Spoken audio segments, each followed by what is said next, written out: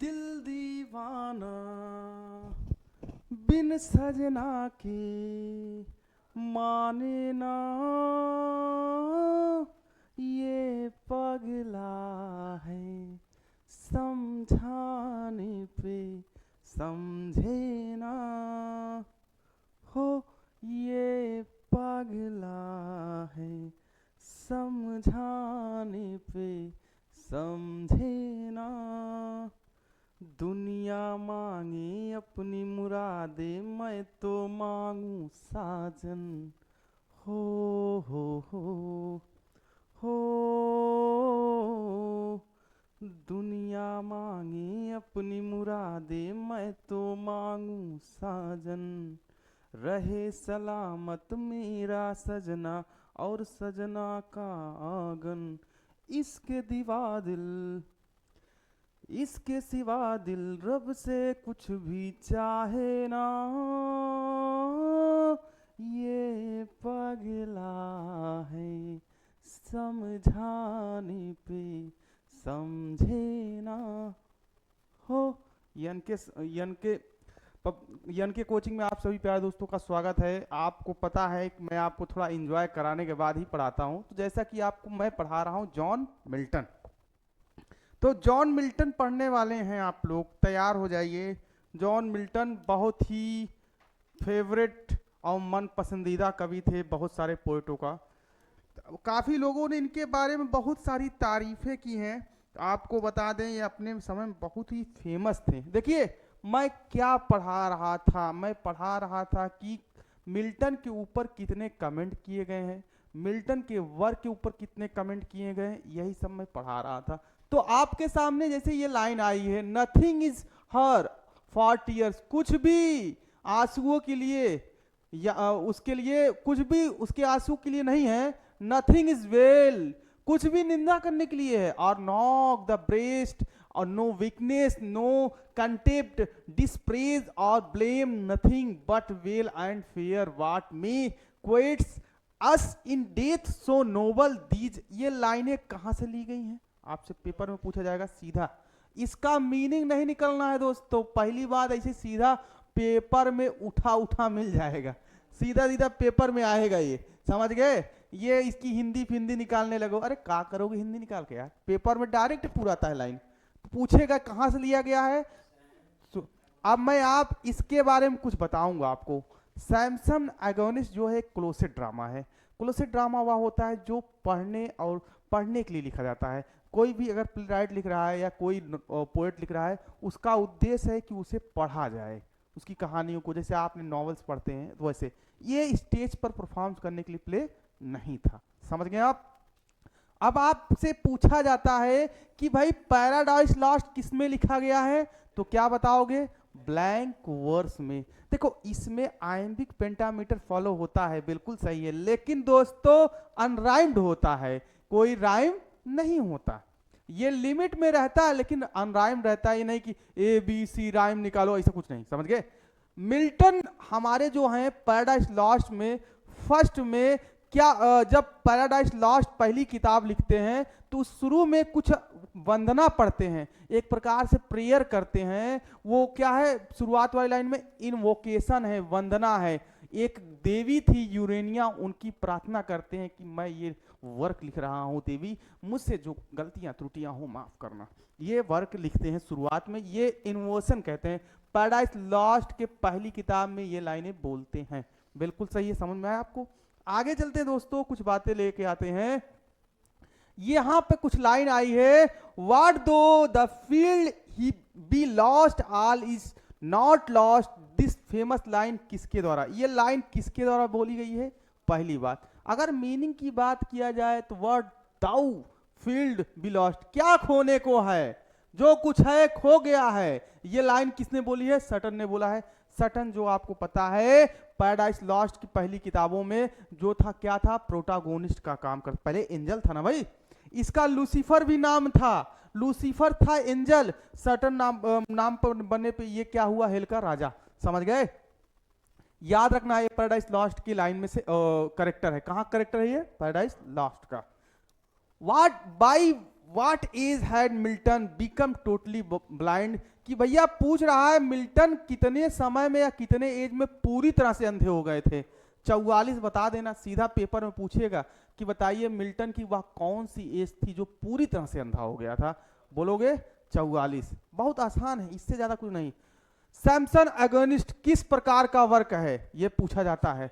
Verse play, verse play मतलब बाबू गाने के फॉर्म में, डायलॉग फॉर्म रहेगा, वो भी गाने के तरीके जो संगीत के तार लिख दिए जाते हैं, तो वर्स प्ले हैं, समझ गए, गाकर ही प्ले सुनाया जाता है। मिल्टन का जो पोएटिक स्टाइल है वो कैसे देखा जाता है, ग्रैंड स्टाइल में बाबू, क्लासिकल फॉलो करता था, पुराने समय का राइटरों को कॉपी करता था, उसके अनुसार अपने राइटिंग लिखा करता, वो ग्रैंड स्टाइल में लिखता था, बिल्कुल सही।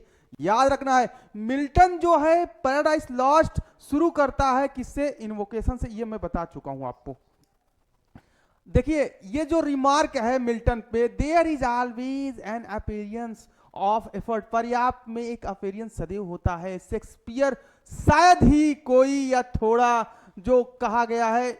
अब मेरी बात सुनिए, यहां तुलना की गई है, यहां क्या की गई है, तुलना की गई है। यहां पूछा जा रहा है कि मिल्टन तो बहुत अच्छे तरीके से लिखता था लेकिन शेक्सपियर शायद ही वैसे लिखा करता था।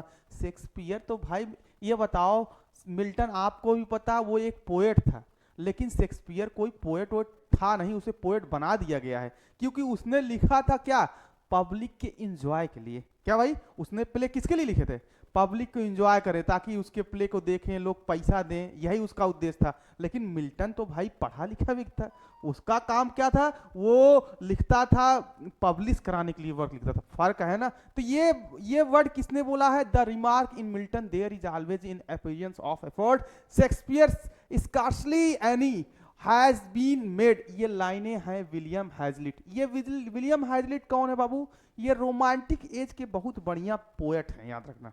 विलियम हैजलिट कौन है, रोमांटिक एज के बहुत बड़े पोएट हैं। Milton was appointed to the position of Latin secretary Cromwell's government chiefly due to his work on the tenure of king and magistrate अलग। बस यहीं तक है।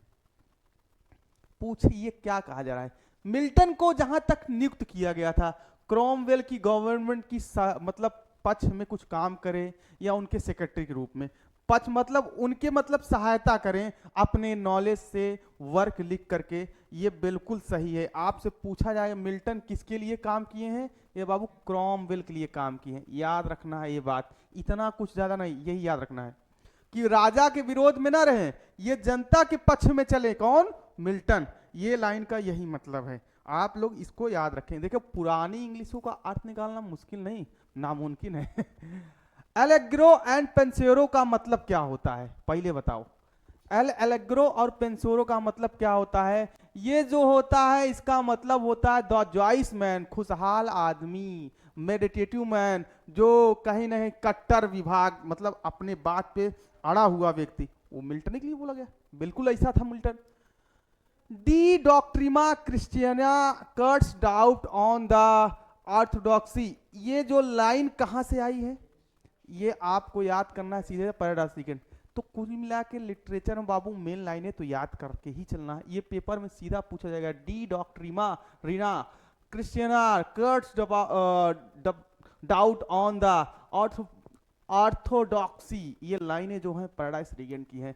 सैमसन एगोनिस्ट, सैमसन एगोनिस्ट दिखाता है मिल्टन की इच्छा को, एक प्ले है बाबू सैमसन एगोनिस्ट, वो दिखाता क्या, मिल्टन के डिजायर को दिखाता है, जो इंग्लिश में उनको, जो इंग्लिश में अपने कामों को करने के लिए प्रेरित करता है, बिल्कुल सही। द ग्रेविटी एंड काम dignity of the Greek tragedies, ये लाइनें कहां से आई हैं, पहले बताओ आप लोग, ये लाइनें दिया भी नहीं है। द ग्रेविटी एंड काम dignity of the Greek tragedies, ये लाइनें किसी ने बोला है, शायद ये सैमसन एगोनिस्ट की ही लाइन है, उसी की लाइन है, उसी की ही लाइन है, ये उसी में आया है, याद रखेंगे आप। जॉन मिल्टन का जो शानदार ओड है वो कौन सा ओड है, बताइए बताइए। On the morning of Christ Nativity, ये जो है उनका शानदार ओड है, उन्होंने लिखा था जब वो कई साल के थे, 21 वर्ष के थे, याद रखना है आप। Who called Milton God, Milton को किसने पुकारा है गॉड गिफ्टेड ऑर्गन, की भैया वॉइस ऑफ इंग्लैंड। ये बोला जा रहा है मिल्टन को किसने कि पुकारा है कि ये भगवान के क्या है, इंग्लैंड में दिए गए एक गॉड ऑर्गन है, भगवान के दिए गए उपहार हैं, मिल्टन को बोला गया। ये टेनिसन ने बोला है। ये भी आपके कहाँ के पोएट हैं, आप पीजीटी पढ़ते होंगे तो उसमें आता है ये पीजीटी। कहाँ आते हैं आपके, अल्फ्रेड लॉर्ड टेनिसन, बहुत ही बड़े पोएट हैं, याद रखना है। ये इन्होंने बोला है किसको भाई, हमारे मिल्टन जी को बोला है कि God gifted organ voice of England, England के क्या है, भगवान के दिए गए ये गॉड ऑर्गन है। याद रखना इस लाइन को, फटाक से आपको पूछेगा। मिल्टन का जो पैराडाइज लॉस्ट है वो बहुत ही नोटेबल वर्क है। अब ऑटोबायोग्राफिकल जो लिखे हैं उन्होंने अपने जीवन से सीख करके, अपने जीवन के उद्देश्यों को जो उन्होंने अपने उतार चढ़ाव अपने जीवन में दिखा है, वो इस पैराडाइज लॉस्ट में दिखाया है। इसी बात नहीं है। आप सोच रहे होंगे कि ये बाइबल से ही पूरा कॉपी है, नहीं नहीं, बाइबल से नहीं, उन्होंने अपना भी अनुभव इसमें लिखा है। तो आप बोल सकते हैं ऑटोबायोग्राफिकल पैसेज से ये नोटेबल माना जाता है। यह लाइन जो देखते हैं, to be work in the miserable doing और सफरिंग इज टेकन फ्रॉम, ये लाइन कहां से आई है, पैराडाइज लॉस्ट में। चाहे हिंदी निकालना चाहिए, to be work in the miserable, चाहे कितनी भी कठिन परेशानियां आ जाए, हम काम करते रहते हैं, सफल मतलब मेहनत करते रहते हैं, और चाहे कष्ट की भी ध्यान नहीं देते। ये लाइनें जो है पैराडाइज लॉस्ट की है। इसका पूरा मीनिंग नहीं दिया भाई, इतना ही मीनिंग दिया है, इतना बता सका मैं। आगे चलते हैं भाई। मिल्टन की जो पोएट्री है एक मिरर है, एक दर्पण है, जिसमें आप क्या देखते हैं, राइटर की कैरेक्टर बहुत स्पष्ट रूप से क्या करते हैं, रिफ्लेक्टेड प्रदर्शित करते हैं। यह स्टेटमेंट किसने बोला है बताइए, मैक मिलन ने बोला है। ये लाइन आपको इसे डायरेक्ट पेपर में पूछेगा, ये किसने बोला है, आपको याद रखना है।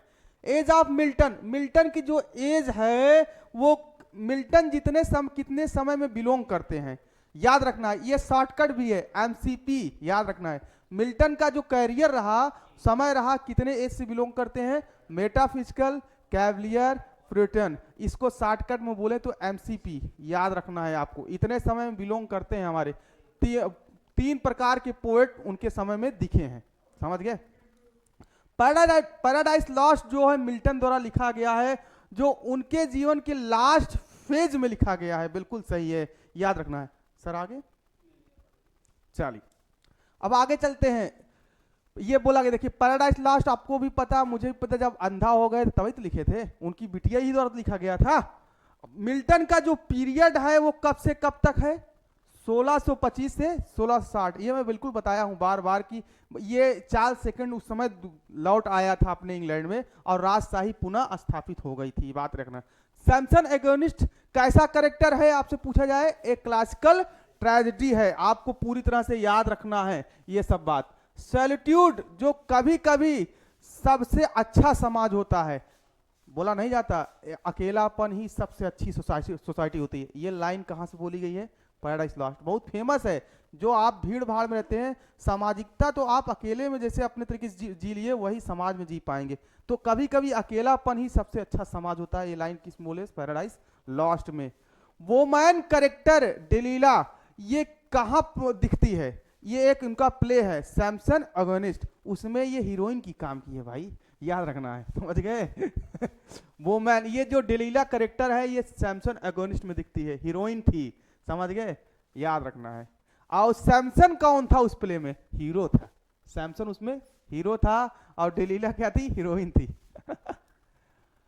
The line minded is it's own place and in itself can make a heaven of hell, a hell of heaven occurs in। ये लाइन कहाँ आती है आपसे पूछा जा रहा है। देखिए ये जो लाइन देख रहे हैं आप, इसके खुद के जगह में जो दिमाग में दिखता है, खुद में दिखता है, कह रहा है कि इंसान के अंदर ही स्वर्ग होता है, इंसान के अंदर ही नर्क होता है। ये इंसान के सोच के ऊपर डिपेंड करता है। ये लाइन कहाँ आई है, पैराडाइज लॉस्ट में। इसकी मीनिंग यही होगी दोस्त, याद रखना है, समझ गए।